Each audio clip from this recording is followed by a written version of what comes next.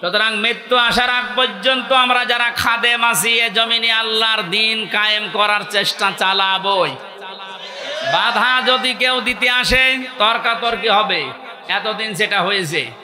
হাতাহাতি হবে, এতদিন যেটা হয়েছে। রক্তপাত হবে, এতদিন যেটা হয়েছে। ফাইনাল এখন শুরু হবে, মেরে ফেলা লাগলে মেরে ফেলবে। এখন আর সাহস কেউ করবে না, এখন আর সাহস করবে না। এই জন্য তো দাড়ি কেটে পালাচ্ছিল। কি আশ্চর্য ইতিহাস তৈরি করে গেল লোকটা। তাহলে বোঝা যাচ্ছে এই দাড়ি এটা মেকি দাড়ি, মানুষকে ধোকা দিয়ে বোকা বানিয়ে কোটি কোটি টাকার মালিক হয়েছে এই দাড়ি দেখিয়ে। নাম দিয়েছে কি? দরবেশ বাবা। এই যদি হয় দরবেশের অবস্থা, বাকি যেগুলো কিনছে ওদের চরিত্র কি? আমির হোসেন আমন আমি একটা লোকের ভিডিও দেখলাম, এর চরিত্র এত নিচে নেমেছে আমি এতদিন জানতাম না। সে নাউজুবিল্লাহ, এদের সর্বোচ্চ নেতার যদি এই অবস্থা হয়, বাকিগুলো যে কোথায় যে টাল হয়ে পড়িয়াস আল্লাহ ছাড়া আর কেউ জানে। কয়েকজনের একটু ফাঁস হয় বলে আমরা জানি, ওদের প্রত্যেকের চরিত্র এরকম। বহু মানুষের সাথে মিশে দেখেছি এইটা। একবার চট্টগ্রাম থেকে আসার সময় এক বাসের ড্রাইভার পেছনে বসেছিলাম, বলছিল এই কথা যে কি বলবো, কিছু বলতেও পারি না, সইতেও পারি না। মাঝে মাঝে যখন বাস চালিয়ে যায় মনে করি ওই রকম কিছু পেলে চাপা আগে ওইটা দেব। কত রাগ একটা মানুষের তৈরি হলে এ কাজ করতে পারে বলেন তো? যদিও হত্যার পক্ষে আমি না, কিন্তু ঝিনাইদহ শহরে একজনের লাশ দেখলাম টাঙিয়ে জুতা দিয়ে পিটাচ্ছে। একটা মানুষকে কত ঘৃণা করলে এ লাশ টাঙিয়ে, তাও উলঙ্গ করে টাঙিয়ে রেখেছে। এরপরও আপনার লজ্জা হয় না? এরপরও সাপোর্ট করেন জালেমদের। আপনার তো বিবেক মরে গেছে। এতক্ষণ মাওলানা হোসাইন আহমেদ অনেক কথা বলেছে, সর্বশেষ কথা ছিল আয়না ঘর নিয়ে। এই কথা শুনলে অনেকে মনে করছে আয়না ঘর মানে চারিদিকে আয়না দেওয়া। কোনো আয়না নেই, কোনো আয়না নেই। আমি তো রিমান্ডে 10 দিন ছিলাম, কোনো আয়না নেই। যে অবস্থা তৈরি করেছেন আপনি, এর সাথে জড়িত যারা প্রধান থেকে শুরু করে নিম্ন পর্যন্ত, একটাকেও ক্ষমা করার মতো না। কারণ এরা ক্ষমার অযোগ্য হয়ে গেছে। ক্ষমা পাওয়ার জন্য যে যোগ্যতা দরকার এদের ভেতরে সেটা নেই। সুতরাং যারা বলছেন এদেরকে ক্ষমা করে দিলে হয় না, না, কিসের ক্ষমা? আপনি ব্যারিস্টার আরমান, যিনি তার স্ত্রী 8-9 বছর পর্যন্ত অপেক্ষায় ছিল, উনি আজকে একটা ভিডিও বার্তা পাঠিয়েছে যে আমি আশা ছেড়ে দিয়েছিলাম যে আমার পরিবারস্থ লোক মনে হয় আমি আর দেখতে পারবো না, কিন্তু আমার পরিবারের লোক আমার আশা ছাড়েনি। আপনি এই দৃশ্যটা একটু সামনে নিয়ে নিজের সাথে মিলান তো। আপনার জীবনেও কোনোদিন জালেমদের ক্ষমা করতে মনে চাইবে? কখনো চাইবেন। মানে বাঁচেন না তাই। 5 দিন 7 দিন 10 দিনে আপনার অবস্থা এরকম হয়ে গেছে। 8 বছর 10 বছর 12 বছর 14 বছর একজনকে মাটির নিচে এক ঘরের ভেতরে পচা খাবার দিয়ে আটকিয়ে রেখেছে। আপনার বিবেক বলে কিছু আছে? আপনি জানোয়ার চাই তো খারাপ। মনে করলাম তাফসীর করবো কি করে? দৃশ্যগুলো সব এখন চোখের সামনে ভাসতেছে। দল মত জাতি বর্ণ ধর্ম নির্বিশেষে কোরআন কারীম শোনার জন্য যারা এসেছি আমরা খুশি, এই জন্য বলছি আলহামদুলিল্লাহ। যারা চাষবাস করে দেখবেন এই মানুষগুলোর ফসল যদি বেশি হয়, ঘরের কোনা গোলা আরো যে সমস্ত জায়গায় ফসল রাখা যায়, ধান গম ভুট্টা রাখা যায়, এগুলো রাখার পরও জায়গা হচ্ছে না, বিভিন্ন জায়গায় ছড়িয়ে রাখে, দিয়ে রাখে। যিনি দায়িত্বে আছেন, তার মানে পরিচালক যিনি, গৃহস্থ যিনি, উনি কি মন খারাপ করেন যে এত ফসল কেন হয়ে গেল? ওনার আনন্দ লাগে যে ফসল আরো বেশি হোক, আমার ঘরে জায়গা না থাক, ডলে জায়গা না থাক, এরপরে জায়গা না হলেও দরকার হয় মানুষের বাড়িতে দিয়ে আসবো, এরপরও ফসল বেশি হোক। তাফসীরুল কোরআন মাহফিল মহেশপুরবাসী যা সাজিয়েছে, ওরা মনে করেছিল মানুষগুলো এত আসবে না। তারপরও যাই এসেছি, বাড়িওয়ালা যারা যারা দায়িত্বে আছে কমিটির, এরা নারাজ না, এরা আরো খুশি যে আরো হোক। যদিও আমরা বিভিন্ন জায়গায় রাখার পর দেখেন গাছের উপরে, বাঁশের উপরে। কালকে যেখানে ছিলাম এই বাগেরহাট, ওখানে ওরা ১-১.৫ মানুষের আয়োজন করেছিল। লক্ষাধিক মানুষ হওয়ার কারণে মানুষের চাপে এই কারেন্টের তার খুলে জায়গায় একজন মারা গেছে। আজকে যেন এরকম আবার কোনো দুর্ঘটনা না ঘটে। তারপরেও এই বাড়িওয়ালার মতো এটাও কারেন্টের তার, ভাই খুব সাবধানে থাকবেন। যারা গাছে বাসে বিভিন্ন জায়গায় বসে আছেন খুব সাবধানে থাকেন। আমরা বেশি সময় না, ঘন্টাখানিক তাফসীরুল কোরআন মাহফিলে কথা বলবো ইনশাআল্লাহ। ওয়া মা তাওফীকি ইল্লা বিল্লাহ। এই ময়দানটা এখন আমাদের জন্য মরণের পরে যেন সাক্ষী হয়, সেই ব্যবস্থা আজকে আমরা করে নিয়ে যেতে চাই ইনশাআল্লাহ। মরণের পরে কিছু সাক্ষী আমরা কোরআন এবং হাদিস থেকে পেয়েছি, 4 প্রকার হবে। প্রথমে মানুষকে বিচার করার জন্য আল্লাহ রাব্বুল আলামিন যখন তুলবেন, প্রথমে তার মুখের উপরে মোহর লাগিয়ে দেবেন। তার হাত এবং পাও, অন্যান্য অঙ্গ প্রত্যঙ্গ আল্লাহর সাথে কথা বলবে।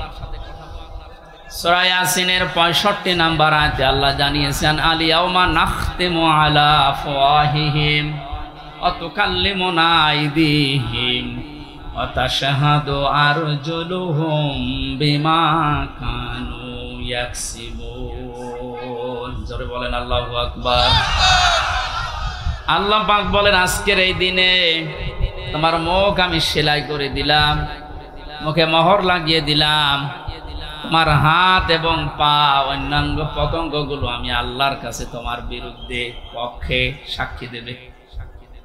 এই জন্য এই সাক্ষীটা আমরা যেন ঠিক রাখি। আমাদের হাত, আমাদের পা, অঙ্গ পতঙ্গ যেন কিয়ামতে ময়দানে মহাশারে আমাদের বিরুদ্ধে চলে না যায়।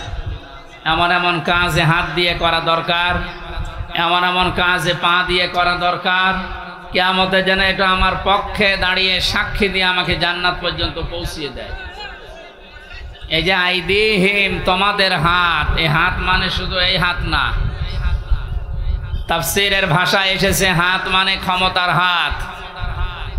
এই 17 বছর ক্ষমতার হাত যারা অন্যায়ভাবে ব্যবহার করলেন বিভিন্ন চেয়ারে বসে, আপনি বলেন তো কি জবাব দেবেন কিয়ামতে আপনার এই হাত দিয়ে? আপনার মুখ তো থাকবে বন্ধ, কথা বলতে পারবেন না, আপনার এই হাত আপনার বিপক্ষে চলে যাবে। এই জন্য আপনার জন্য আমাদের আফসোস হচ্ছে, আপনি 17 বছর জুলুম করার কারণে শুধু নিজের ক্ষতি করেননি, নিজের শরীর পর্যন্ত ক্ষতিগ্রস্ত করবেন, আপনার হাতও আপনার বিপক্ষে যাবে। প্রভাব প্রতিপত্তির হাত আছে। এলাকায় অনেকের ক্ষমতা ছিল না, কিন্তু প্রভাব প্রতিপত্তি ছিল। টাকা পয়সা, জমি জায়গা, অর্থ সম্পদের মালিক হওয়ার কারণে এগুলো জুলুমের পক্ষে কাজে লাগিয়ে মাজলুমকে আরো যেন জুলুম করা যায় সেভাবে ব্যবহার করেছিলেন। নিজের সাথে আপনি মিলান। তাফসীর মাহফিলে এসেছেন, অন্তত কিছু নিয়ে যান। আপনার মনের পরিবর্তন যদি কোরআন ঘটাতে না পারে, যেহেতু কিয়ামত পর্যন্ত হেদায়েতের বাণী নিয়ে আর কোনো কিতাব আল্লাহ পাঠাবেন না, সুতরাং এর কথা শুনে আপনাকে হেদায়েত পাওয়া লাগবে। আল্লাহ যেন আপনাকে পরিবর্তন হওয়ার তৌফিক দান করেন, আমিন। এরপরে যে সমস্ত হাতের কথা আছে, এমনকি শরীরের এই হাতও এর ভেতরে আছে। এই হাত দিয়ে আমরা এমন কোনো কাজ এখন থেকে মরণ পর্যন্ত আর না করি যেন আমার বিপক্ষে গিয়ে আমাকে আবার জাহান্নামে নিয়ে যায়। 2 নম্বরে ওয়ারজুলুহুম বিমা কানু ইয়াকসিবুন দিয়েছেন। আল্লাহ রাব্বুল আলামিন পায়ের কথা জানিয়েছেন। পা দিয়ে মানুষ শক্তিশালী কাজগুলো করে বেশি আমরা দেখি। এই পৃথিবীতে ইসলাম ধ্বংস করার জন্য, ইসলামকে উৎখাত করার জন্য এক শ্রেণীর মানুষ এখনো বিভিন্ন লাইনে শক্তি খাটিয়ে যাচ্ছে। এজন্য আমাদের পা, আমাদের হাত আমরা পক্ষে রাখি, আল্লাহর পক্ষে, কোরআনের পক্ষে, মানবতার পক্ষে। আল্লাহ তুমি তৌফিক দিও, আমিন। 2 নম্বরে সাক্ষী হয়ে দাঁড়াবে আপনার এই 2 কাঁধের উপরে যারা আছে এরা। আল্লাহ পাক জানিয়েছেন, কিরামান কাতিবিন ইয়ালামুনা মা তাফআলুন। সম্মানিত 2 জন লেখক তোমাদের সাথে আমি আল্লাহ দিয়েছি, এরা সব সময় তোমাদের ভালো মন্দ লিখতে আছে। সুতরাং এই সাক্ষীটা আরো কঠিন। এই যে দুইটা সাক্ষী 24 ঘন্টা আমাদের কাঁধের ওপরে বসে লিখতেছে। আমার তো আফসোস হচ্ছে এই 15 বছরে অনেকের অনেক কিছু লেখা হয়েছে কিন্তু প্রকাশ হয়নি, তাই ধরা পড়েনি। টাকলা মোরাদের নাম শুনেছি আমরা। এই লোকের মাত্র 6 মিনিট 8 সেকেন্ডের একটা অডিও কল রেকর্ড ফাঁস হওয়ার কারণে তার সব চলে গেছে। এরকম বহু কল রেকর্ড ফাঁস হওয়ার অপেক্ষায় এখন সামনে আছে।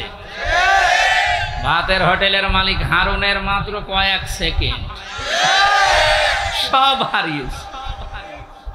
আমরা হাসির জন্য বলছি না, আমাদের এখানে হাজারো মানুষ যারা অনেকের এরকম রেকর্ড আছে যেন ফাঁস না হয়। এই সমস্ত দুর্বৃত্তদের থেকে শিক্ষা নেওয়া দরকার। আমাদের জীবনেও বহু রেকর্ড আছে, ওর 6 মিনিট 8 সেকেন্ড ফাঁস হয়ে যদি সব হারায়, কিয়ামতের ময়দানে এই যে 2 জন বসে আছে এরা কিন্তু সব ফাঁস করবে। না জানি আমাদের আবার সব হারিয়ে যায় কিনা। 3 নম্বরের সাক্ষীর কথা আমি পেয়েছি। এই যে জমিনে বসে আছে, এই জমিনটা কিয়ামতে সাক্ষী দেবে। মহেশপুরের এই জমিন, আখরাজাতিল আরদু আসফালাহা। আল্লাহ পাক বলেন মাটির ভেতরে যা আছে সব সেকাল, সবগুলো বোঝা জমিন সেদিন বের করে দেবে। সুতরাং এখানে বসে আছি, এই জায়গাটুকু যেন কিয়ামতে আমার পক্ষে দাঁড়ায়, বলে না আমি। এরপরের সাক্ষী হচ্ছে আল্লাহ আমার আমল নামা, যেটা আজকের তেলাওয়াতকৃত আয়াত দিয়ে আমরা যেটা আরম্ভ করবো ইনশাআল্লাহ। সূরা বানি ইসরাইলের 14-15 নম্বর আয়াত আল্লাহ জানিয়েছে, ইকরা কিতাবাকা কাফা বিনাফসিকাল ইয়াওমা আলাইকা হাসিবা। না, একটু কথা বন্ধ করেন, আপনার গোনা হয়ে যাচ্ছে। মনে করছেন আমার কষ্ট হচ্ছে, আমার গোনা হবে না, আপনার গোনা হচ্ছে। ভাই, কোরআনের আলোচনা আরম্ভ হলে আল্লাহর ঘোষণা হচ্ছে চুপ থাকা লাগবে, শোনা লাগবে। পরিবেশ এখন এরা কি করবে?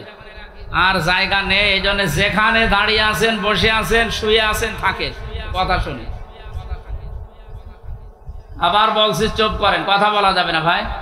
মোবাইলে রেকর্ড হচ্ছে, ওটা কালকে আপনি ইন্টারনেট থেকে নামিয়ে নেবেন, দেখতে পারবেন। আর পরে যারা দেখতে পাননি, আমি এখানে বসে থাকবো, দেখে তারপর বাড়ি যাবো।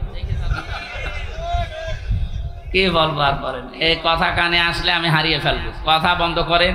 এমনিতে 3 বছর জেলে থাকার কারণে অনেক কিছু হারিয়ে গেছে, অনেক কিছু আমি হারিয়ে ফেলেছি। কারণ আগে যা মুখস্থ করতাম 10 মিনিটে, এখন 10 দিনেও হচ্ছে না। কারণ ওরা এমন এমন খাবার খাওয়ায়, ওগুলো খেলে মানুষের ভেতরে কলকব্জা সব নষ্ট হয়ে যায়। আমি অনেক কিছু হারিয়েছি, আর হারাতে চাই না। আপনারা একটু আমাকে সুযোগ করে দিন কোরআনের কথাগুলো বলার। কথা বলবেন না, যাই করেন কথা বলবেন, ইশারায় করবেন। আমল নামাটা হাতে দিয়ে আল্লাহ পাক বলবেন পড়ো, লোকটা পড়তে থাকবে।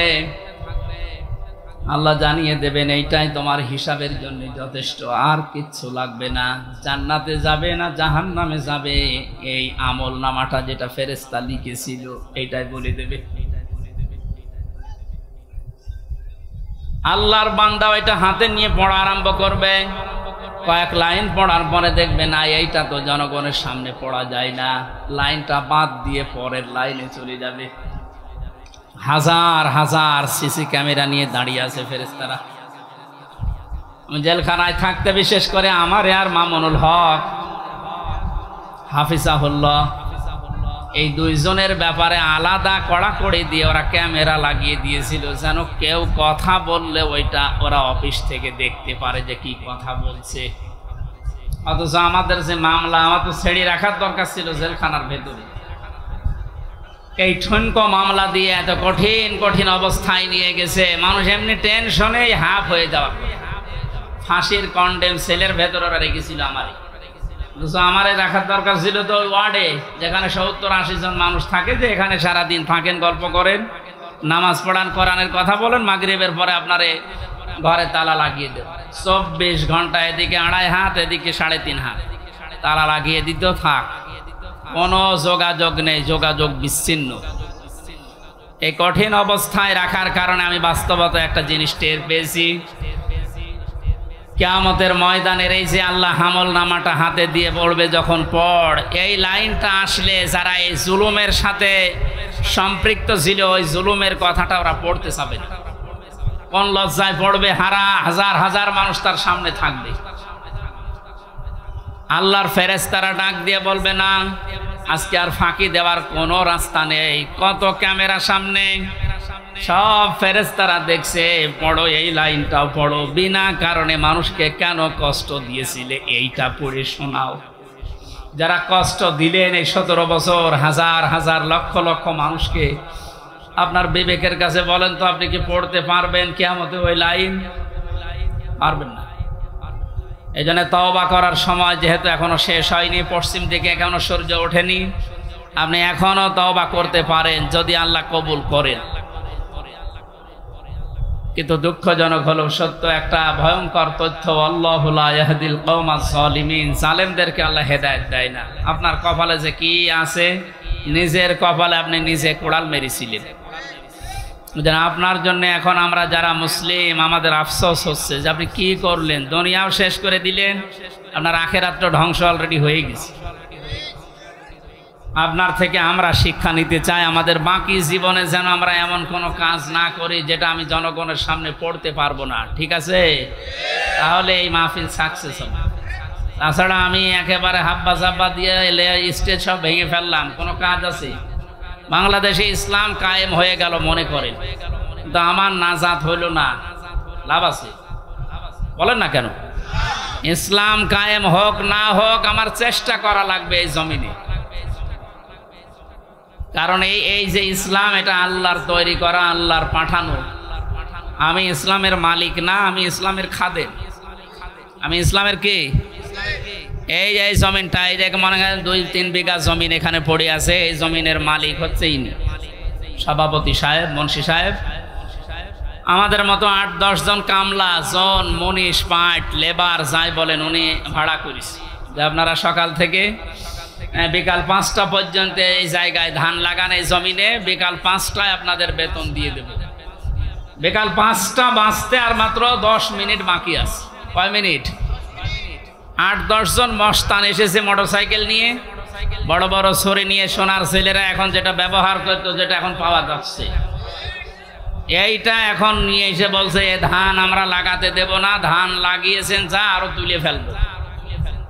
আমরা যারা আছি কামলা হিসাবে যারা কাজ করছি, একেবারে ছেড়ে দিলে হবে? তাহলে বেতন পাওয়া যাবে? ওদেরকে বলবো, ভাই এ জমিনের মালিকও আমরা না, এ ধানের মালিকও আমরা না, আমরা কামলা, আমরা হচ্ছে জন, লেবার যাই বলেন, আমরা খাদেম, কাজ করছি, বিকাল 5টায় বেতন দিয়ে দেবে। এখনো 10 মিনিট বাকি আছে, আপনারা ধান যদি তুলে ফেলতে চান, এ ফসল নষ্ট করতে চান, 10 মিনিট পরে তুলে। অবশ্য ঠিক এইরকম কামলা নেওয়া যায় না? ঠিকই বলিস, কারণ জমি তো আমার না, এ ধানও আমার না, তুলে ফেলেন, আমার অসুবিধা নেই, 10 মিনিট পরে আমার বেতনটা আগে বিকাল 5টায় নিয়ে নি। বিকাল 5টা বাজার আগে কিন্তু এ ধান আমি তুলতে দেব না, যারা 10 জন কামলা আছি। যদি তুলতে চাই এরপরও মস্তানরা কটা কাটাকাটি হবে না, মারামারি, রক্তপাত, যদি মেরে ফেলা লাগে। কারণ আমার টার্গেট কি? বেতন। টার্গেট কি? ওইটা না হলে আমি পরবর্তী যারা আছে আমার ছেলে মেয়ে স্ত্রী এদেরকে খাওয়াবো কি? সুতরাং আমার বেতন হয়ে যাক, এরপরে খাবে। এরপরও যদি তুলে ফেলে মস্তানেরা, আমাদের সাথে মারামারি করে যাই হলো। এখন ওই যে জমির মালিক একজন আছে না, কথা বলে না কেন? আমরা খাদেম যারা আছে, এই খাদেমেরা এদিকে তাকান, আমরা খাদেম না? কার খাদেম? কোরআনের খাদেম। কিসের খাদেম? এই খাদেমদেরকে বলছে শুধু এটা এই 10,000 20,000 মানুষ আমার সামনে, তা না, এটা রেকর্ড হচ্ছে, সারা বাংলাদেশ সহ বিশ্বের লক্ষ কোটি মুসলমানেরা শুনছে। 175 কোটি মুসলমানকে খাদেম যারা, কোরআনের আল্লাহর দাস যারা, আমরা আল্লাহর গোলাম যারা, তাদেরকে বলছি জমিনে ইসলাম কায়েম করতেই হবে। এটা ফরজ না, চেষ্টা করে যাওয়া ফরজ। হলে ভালো, না হলো আমার অসুবিধা নেই, আমার বেতন আছে বিকাল 5টায়, জান্নাত। এক কথা বলে না কেন? কিন্তু বিকাল 5টা বাজার আগে, তার মানে জীবনের শেষ দিন, ওয়াবুদ রব্বাকা হাত্তা ইয়াতিয়াকাল ইয়াকিন, সূরা হিজরের 99 নম্বর আয়াত। আল্লাহ বলেন ইবাদত করবা আল্লাহর ওই দিন পর্যন্ত যতদিন মরণ না আসে। সুতরাং মৃত্যু আসার আগ পর্যন্ত আমরা যারা খাদেম আছি এ জমিনে আল্লাহর দিন কায়েম করার চেষ্টা চালাবই। বাধা যদি কেউ দিতে আসে তর্কাতর্কি হবে, এতদিন সেটা হয়েছে। হাতাহাতি হবে, এতদিন যেটা হয়েছে। রক্তপাত হবে, এতদিন যেটা হয়েছে। ফাইনাল এখন শুরু হবে মেরে ফেলা লাগলে মেরে ফেলবে। এখন আর সাহস কেউ করবে না, এখন আর সাহস করবে না। এই জন্য তো দাড়ি কেটে পালাচ্ছিল। কি আশ্চর্য ইতিহাস তৈরি করে গেল লোকটা। তাহলে বোঝা যাচ্ছে এই দাড়ি এটা মেকি দাড়ি। মানুষকে ধোকা দিয়ে বোকা বানিয়ে কোটি কোটি টাকার মালিক হয়েছে এই দাড়ি দেখিয়ে। নাম দিয়েছে কি? দরবেশ বাবা। এই যদি হয় দরবেশের অবস্থা, বাকি যেগুলো কিনছে ওদের চরিত্র কি? আমির হোসেন আমন আমি একটা লোকের ভিডিও দেখলাম, এর চরিত্র এত নিচে নেমেছে আমি এতদিন জানতাম না। সে নাউজুবিল্লাহ। এদের সর্বোচ্চ নেতার যদি এই অবস্থা হয়, বাকিগুলো যে কোথায় যে টাল হয়ে পড়িয়াস আল্লাহ ছাড়া আর কেউ জানে। কয়েকজনের একটু ফাঁস হয় বলে আমরা জানি, ওদের প্রত্যেকের চরিত্র এরকম। বহু মানুষের সাথে মিশে দেখেছি এইটা। একবার চট্টগ্রাম থেকে আসার সময় এক বাসের ড্রাইভার পেছনে বসেছিলাম, বলছিল এই কথা যে কি বলবো, কিছু বলতেও পারি না, সইতেও পারি না। মাঝে মাঝে যখন বাস চালিয়ে যায় মনে করি ওই রকম কিছু পেলে চাপা আগে ওইটা দেব। কত রাগ একটা মানুষের তৈরি হলে এ কাজ করতে পারে বলেন তো? যদিও হত্যার পক্ষে আমি না, কিন্তু ঝিনাইদহ শহরে একজনের লাশ দেখলাম টাঙিয়ে জুতা দিয়ে পিটাচ্ছে।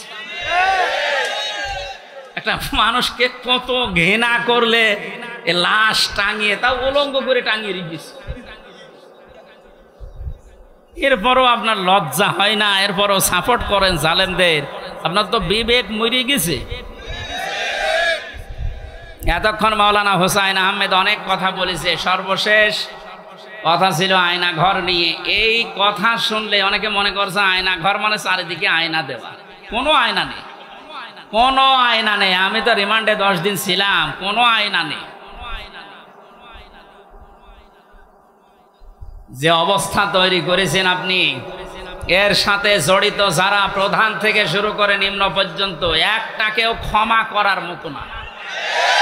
কারণ এরা ক্ষমার অযোগ্য হয়ে গেছে। ক্ষমা পাওয়ার জন্য যে যোগ্যতা দরকার এদের ভেতরে সেটা নেই।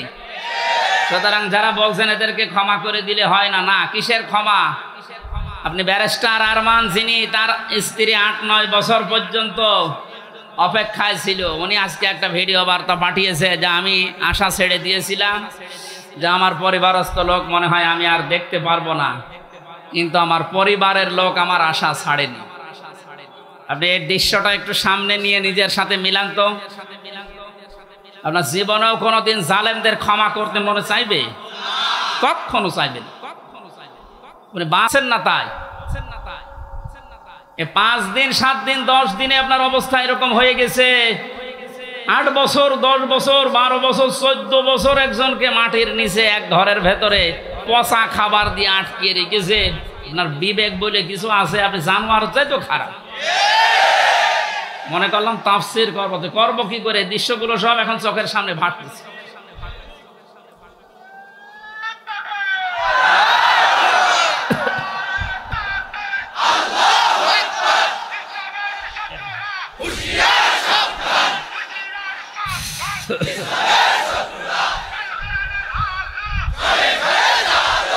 আলহামদুলিল্লাহ ভাই।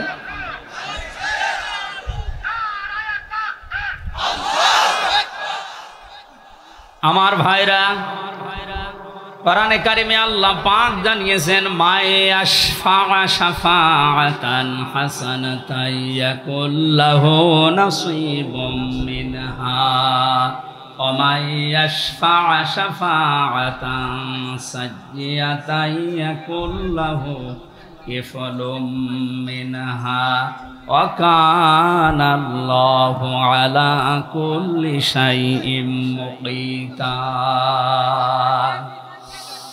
এই পৃথিবীতে কোনো মানুষ যদি ভালো কাজের, সৎ কাজের, কল্যাণমূলক কোনো কাজের সুপারিশ করে, সহযোগিতা করে, রায় দেয়, ভোট দেয়, সাপোর্ট করে, সমর্থন জানায়, ওই লোকটা ভালো কাজ করে যে সওয়াব পাবে, আপনি ওই ভালো কাজে শুধু রায় দেওয়ার কারণে, সাপোর্ট দেওয়ার কারণে একই সওয়াব পেয়ে যাবেন।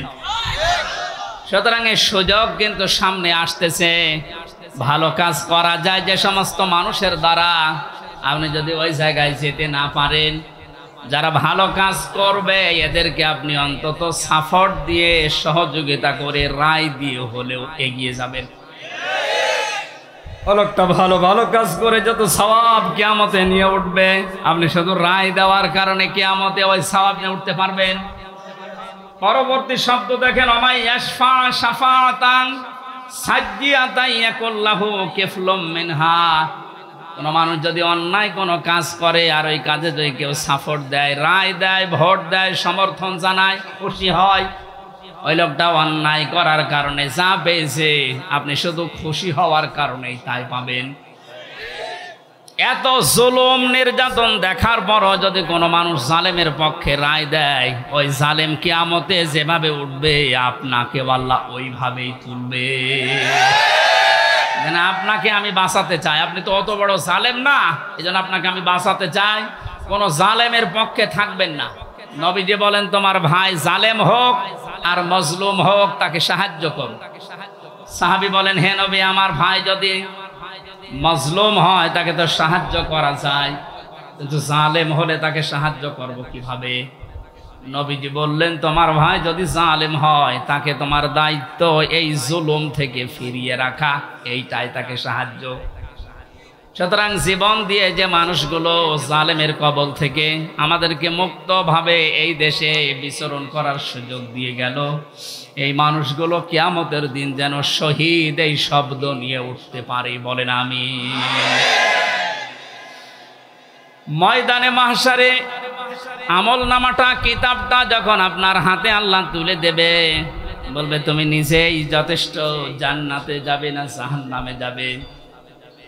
আমি আমার ঈমান থেকে কথা বলছি, কারো দিকে না তাকিয়ে আবার নিজের দিকে আয়াতের সাথে মিলিয়ে বলেন তো, এখনই যদি মারা যান আর এই বইটা যদি আপনার সামনে তুলে ধরে বলে, বল হামজা তুই এইটা পড়ে যা, জান্নাতে যাবি না জাহান্নামে যাবি? কাবা শরীফ যখন তাওয়াফ করে মানুষ, আমি 16 সালে গিয়েছিলাম, গত বছরও গিয়েছি, বাস্তবতায় যেটা দেখলাম, ষষ্ঠ চক্করে মানুষ একটা দোয়া পড়ে আল্লাহর কাছে, আল্লাহুম্মা ইন্না আলাইয়া হুকুকান ফীমা বাইনি ওয়া বাইনিকা।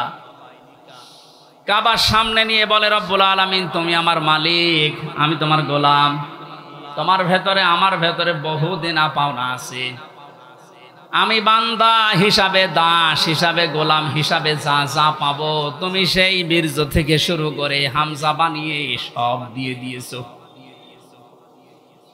আমি উল্লেখ করার মতো কিছু ছিলাম না। হাল আতাল ইনসানি হিনুম মিনাদ দাহরি লাম ইয়াকুন শাইআম মাযকুরা। মানুষ কি একটু চিন্তা করে না যে জন্মের আগে, এই পৃথিবীতে আসার আগে উল্লেখ করব এমন কোন বিষয় লোকটা ছিল না। আজকে সভাপতির নামের নিচে দেখলাম লেখা বিশিষ্ট ব্যবসায়ী আলহাজ নুরুজ্জামান মুন্সি, কত সুন্দর নাম দিয়ে পেছনে ডিগ্রি লাগিয়ে দিয়েছে, উনি এই কাজ করে খায়। বয়স যদি এখন 60 বছর হয়, 61 বছর আগে এই নাম গন্ধ পৃথিবীর মানুষ জানতো? বলেন বলেন। শুধু এতটুকুই না, বাবার বীর্য যখন মায়ের রেহেমের ভেতরে দ্রুত গতিতে পাস হয়, আল্লাহ পাক বলেন ওই দিকেও একটু তাকাও। ফালিয়ানজুরিল ইনসানু মিম্মা খুলিকা মিম্মা ইন দাফিকি আখরুজু মিন বাইনিস সুলবি ওয়াত তারাইব। মানুষকে নজর করে দেখে না কি জিনিস দিয়ে তাকে বানালাম। বাবার স্ফলিঙ্গ দিয়ে দ্রুত গতিতে বের হয়ে যাওয়ায় না পাক পানিটা মায়ের রেহেমের ভেতরে জমা হয়। এই যে সলবন এবং তারাইব দিয়েছেন আল্লাহ। সলবন বলা হয় বাবার লজ্জাস্থান, তারাইব বলা হয় মায়ের লজ্জাস্থানকে। এই দুইটা শব্দ আমি তাফসিরের ভেতরে ব্যাখ্যায় পেয়েছি। আল্লাহ বাবার ক্ষেত্রে এক বচন দিয়েছেন, মায়ের ক্ষেত্রে বহু বচন দিয়েছেন। কেন দিলেন? তাফসিরে তাবারি মুফাসসিরে আয়াতের এই সলবন আর তারাইবের ব্যাখ্যা করতে গিয়ে লিখেছেন, পৃথিবীতে মানুষকে নিয়ে আসতে বাবার চাইতে মায়ের কমপক্ষে 3 গুণ কষ্ট বেশি হয়। এই যে এখানে যত পুরুষ মানুষ আছি আমরা, সর্বোচ্চ 45 ইউনিট কষ্ট যদি আমাদের শরীরের ভেতরে কেউ এনে দেয়, আমি সঙ্গে সঙ্গে মারা যাব, আর সহ্য করতে পারবো না। বিজ্ঞান জানিয়েছে পৃথিবীতে হামজাকে দুনিয়ায় আনতে তার মায়ের কমপক্ষে 57 ইউনিট কষ্ট সহ্য করা লেগেছে। 45 আসলে আমরা মারা যাব, অথচ উনি সহ্য করেছিলেন 57 ইউনিট। প্রতিটি জিনিস পরিমাপ করার একটা যন্ত্র আছে, কষ্ট মাপ দেওয়ার জন্য একটা যন্ত্র আছে, এটা ইউনিট দিয়ে মাপা লাগে। এই যে এই প্যান্ডেলটা যদি আপনাকে আমি মাপ দিতে বলি, দাড়ি পাল্লায় তুলে দেবেন কি দিয়ে? ফিতা লাগবে, গজ লাগবে, টেপ বলেন, এটা দিয়ে মাপতে দিলে আপনি মাপতে পারবেন এটা কয় গজ। পৃথিবীতে প্রতিটি জিনিস মাপার আলাদা আলাদা যন্ত্র আছে না নেই? কষ্ট মাপার জন্যে 45 থেকে 57 আপনি হিসাব করেন।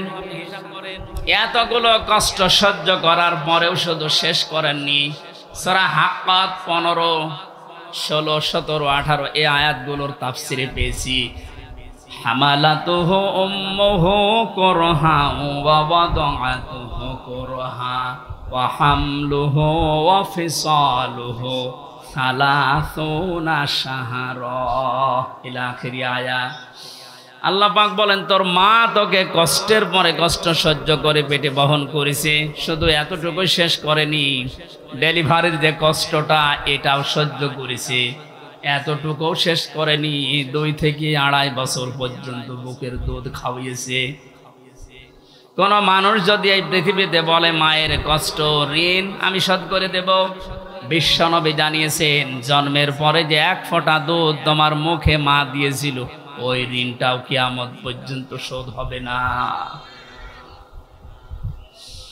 মায়ের এই কষ্টের কথা শোনার পরে যে মানুষগুলোর ভেতরে আবেগ আপ্লুত হয়ে মায়ের কথা মনে হচ্ছে যে এই কষ্ট সহ্য করেছে আমার মা, অবশ্যই তাদের উচিত হবে আল্লাহর ইবাদতের পরে মা বাবার দিকে খেয়াল করা, তাদের খেদমত করা। কোরআনে কারীম জানিয়েছে, ওয়াকাদা রাব্বুকা আল্লা তা'বুদু ইল্লা ইয়্যাহু ওয়া বিল ওয়ালিদাইনি ইহসানা। এদিকে তাকান। আল্লাহ আদেশ দিচ্ছেন, আমি রায় দিয়ে দিলাম। রায় দিচ্ছেন কে? আমি রায় দিয়ে দিলাম, লিখে দিলাম। এই যে কযা মানে ফয়সালা করে দেওয়া, রায় দেওয়া, লিখে দেওয়া, সিদ্ধান্ত জানানো। আমি আল্লাহ সিদ্ধান্ত নিয়েই ফেলেছি, রায় দিয়ে দিয়েছি যে আমার ইবাদতের পরে আর কারো ইবাদত করা যাবে না, আর মা বাবার খেদমত করা লাগবে, তাদের পেছনে খরচ করা লাগবে। মহেশপুরবাসী এখানে একটা শিক্ষা পেয়েছি আমি, আল্লাহর ইবাদত করা, আল্লাহর আইন মানা নফল না ফরজ? আরো জোরে বলেন। মা বাবার আইন মানা। আপনি আলেম, আপনি কথা বলবেন। যারা জানেন না মুখ খুললেন কেন বলেন তো?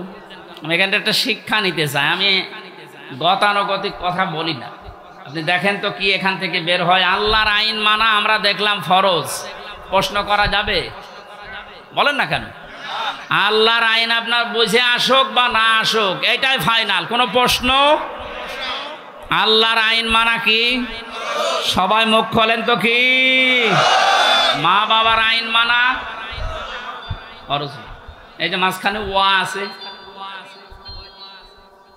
মা বাবার আইন মানা ওয়াজিব না, ফরজ না ওয়াজিব না, মা বাবার খেদমত করা ফরজ।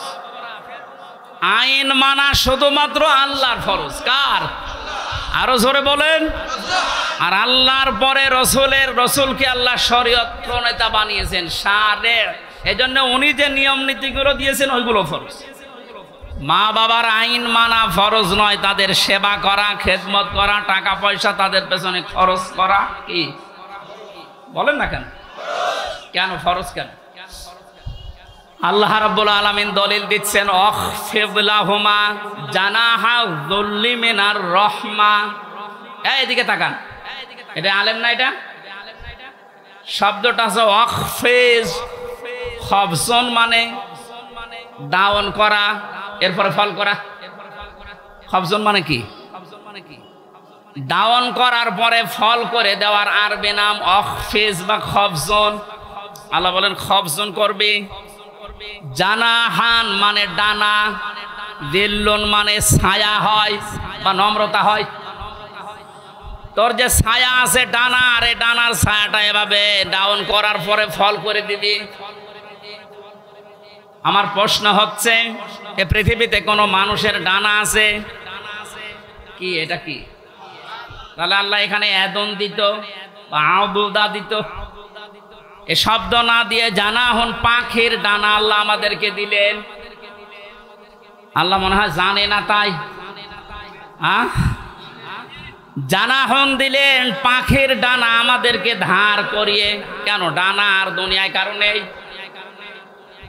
পৃথিবীতে আর ডানা কারো আছে না নেই? কিসের আছে? আরে ভাই, পাখির ডানাই তো দিয়েছে। পাখি বাদ দিয়ে পৃথিবীতে আর কারো ডানা নেই? আছে। এরোপ্লেনের ডানা আছে, হেলিকপ্টারের ডানা নেই। ওদের ডানাটা আল্লাহ এখানে লাগালেন না কেন? তাহলে তো আমাদের এই যে জানাহন দেওয়া লাগতো না। পাখির ডানার কথা দিয়েছেন এই জন্যে তাফসির মাহফিলে আসতে হয়। আপনারা শুনতেছেন? জানাহন শব্দটা আল্লাহ পাখির কাছ থেকে ধার করে আমাদেরকে লাগিয়ে দিলেন, কারণ আমাদের এই হাতের ভেতরে পর নেই, এর ভেতরে মোলায়েম কোনো কিছু নেই, সব শক্ত। পালক আছে, পর আছে, মোলায়েম করার কোনো কিছু নেই, এটা শক্ত। কিন্তু পাখির ডানার ভেতরে পর আছে, পালক আছে, একটার পরে আর একটা যখন লাগিয়ে দেয় সফট হয়ে যায়, কমল, নরম, তুলতুলি হয়ে যায়। আল্লাহ এতটুকু শেষ করেন, জানাহা যুল্লি মিনার রাহমা দিয়েছে। যে পাখির ডানাটা শুধু ডানা এভাবে ডাউন করে না, ও যখন ডাউন করার পরে ফল করে দেয়, ওর নিচে পাখির বাচ্চাগুলো যাবার পর একটা কিচির মিচির আওয়াজ দেয়। বাংলাতে এটা বলে অনির্বচন সুখ। কি বলে?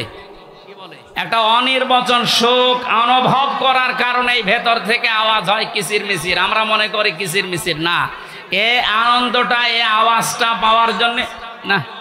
কি করে কি হয়? এই আপনারা সব পিছান তো,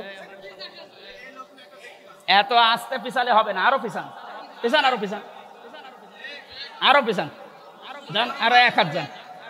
এই ছেলে যাও তো, চেয়ার সরানো লাগবে না, তুমি নিজে সরো।